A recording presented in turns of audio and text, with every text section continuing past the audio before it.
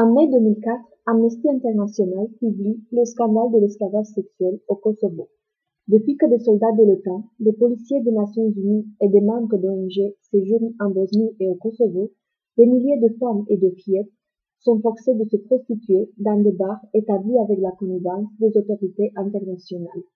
Avant, les bordels se déplaçaient avec l'armée, et maintenant, pourtant l'ONU, on imagine que c'est autre chose.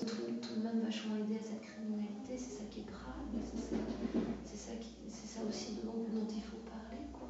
Vous brisez un tabou aussi, parce que l'ONU a quand même une image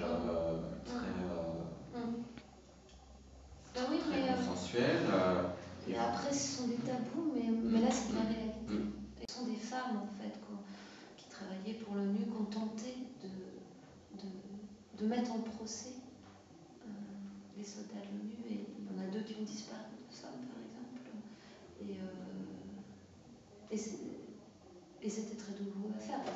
Comme le dit l'article, les procès n'ont pas eu lieu dans les pays. Mais au moins, ça a été su. J'ai voulu, quand j'ai commencé ce travail, à demander des financements, évidemment, j'ai pensé Drac, Arcadie, et tout le monde m'a dit, oulala, ça va pas passer, quoi. Il y a une différence entre les hommes et les femmes. Pourtant, j'ai vraiment l'impression d'avoir ôté toute forme de culpabilité ou de jugement. Enfin, je pense pas qu'il y ait ça du tout en spectacle.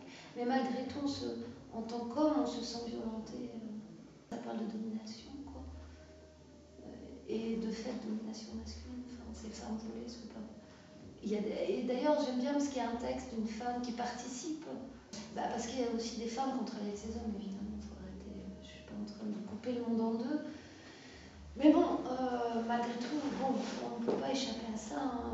Ces prostitutions forcées, ces vols et viols de fillettes, de femmes, fait par les hommes. Le double objectif du spectacle serait de voyager dans les pays d'origine de ces femmes.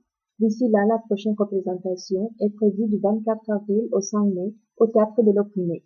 Et la saison roumaine en Moldavie se poursuit avec une soirée littéraire en compagnie de Matei Vișniec et ses invités. Ce sera le 1er mars prochain à la Maison d'Europe et d'Orient.